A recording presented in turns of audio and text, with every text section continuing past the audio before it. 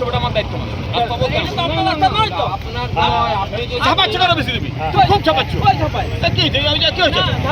তাহলে এটা অ্যাক্সিডেন্ট হয়েছে, যেটা বলা হচ্ছে, দেখা হচ্ছে, রাস্তা বন্ধ করো না, রাস্তা বন্ধ করবো।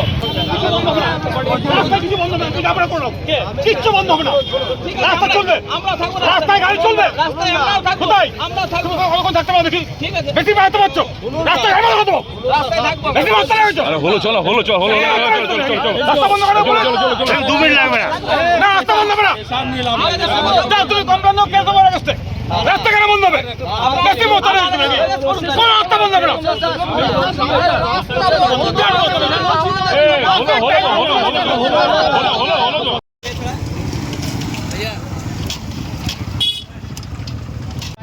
এখানে অ্যাক্সিডেন্ট হয়েছে, স্পট ডেড। কিভাবে হলো অ্যাক্সিডেন্টটা? অ্যাক্সিডেন্টটা এই বড় বড় গাড়িগুলোর জন্য সকাল 6টা থেকে রাত 10টা অবধি আমরা বলছি নো এন্ট্রি থাকার জন্য। পুলিশ প্রশাসন পয়সা খায় আর রেখে দেয়। দিয়ে স্পট ডেড হয়েছে কদিন আগে, এখানে একটা হলো, তো পুলিশের কোনো এতে ভূমিকা নেই।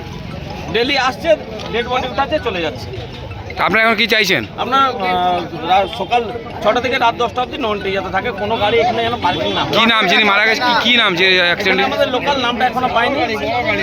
কিসে ছিলেন যিনি কিসে ছিলেন? M8 করেছিলেন। কোথায় যাচ্ছে, কোন দিকে যাচ্ছিলেন? আপনার নাম? আমার নাম সিন। ঘটনা হচ্ছে আমাদের ইস্কো বাইপাস যে রোড নিয়ামকপুরের উপরে, সেই রোডে একটা পিকআপ একটা ফেরিওয়ালা, সেই ফেরিওয়ালাকে যে অ্যাক্সিডেন্ট মানে ধাক্কা মারে, ধাক্কা মারার সঙ্গে সঙ্গে এত জোরে ধাক্কা মারে স্পট ডেথ হয়ে যায়।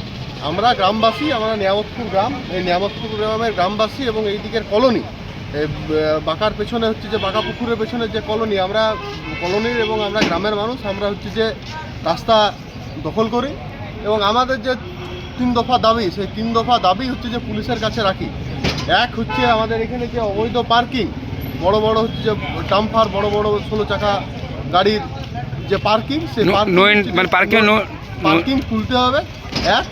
2 নাম্বার হচ্ছে আমাদের যে সকাল 6টার থেকে রাত্রি 10টা অবধি যে গাড়ি চলাচল, মানে গাড়ি চলাচলের বলতে যে বড় গাড়ি, ডাম্পার, ট্রাক চলাচল, সেই চলাচলকে বন্ধ করে নো এন্ট্রি রাখতে হবে। রাত 10টার থেকে সকাল 6টা অবধি নো এন্ট্রি খোলা রাখতে হবে।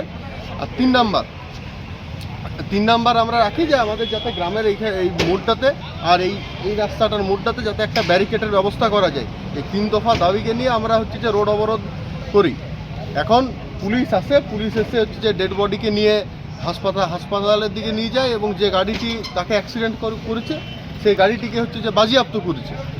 আমাদেরকে পুলিশ আশ্বাস দিয়েছে, আমাদেরকে বলেছে পুলিশ যে পরবর্তীকালে আগামী কয়েকদিনের মাথায় এই কাজ হচ্ছে যে পুলিশ করবে।